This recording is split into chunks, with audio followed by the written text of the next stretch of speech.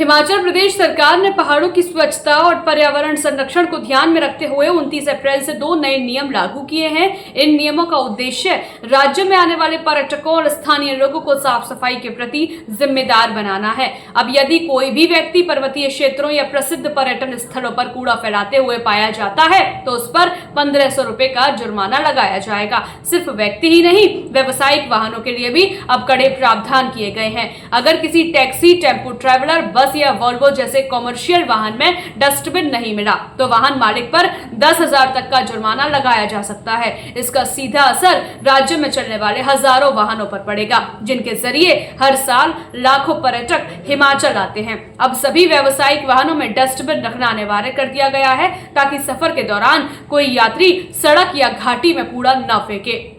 शुरुआती चरण में प्रशासन लोगों को जागरूक करने के लिए चेतावनी दे रहा है, लेकिन कुछ दिनों के भीतर नियमों को सख्ती से लागू किया जाएगा। शिमला के आरटीओ के अनुसार अब वाहन पासिंग की प्रक्रिया में डस्टबिन की उपस्थिति अनिवार्य कर दी गई है। सरकार इस व्यवस्था को आधुनिक तकनीक से जोड़ने की तैयारी में है। जल्द ही एक विशेष मोबाइल ऐप लॉन्च किया जाएगा, जिसके जरिए चालान ऑनलाइन काटे जा सकेंगे। इस तरह की पहल से पारदर्शिता बनी रहेगी और कार्यवाही भी तेज होगी। इस नई व्यवस्था के तहत अब किसी एक विभाग की समिति भूमिका नहीं होगी।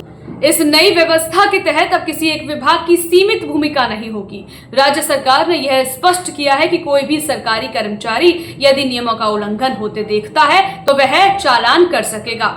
इन नियमों को लागू करने के पीछे Himachal Pradesh non biodegradable garbage control act 1995 में हाल ही में किया गया संशोधन है।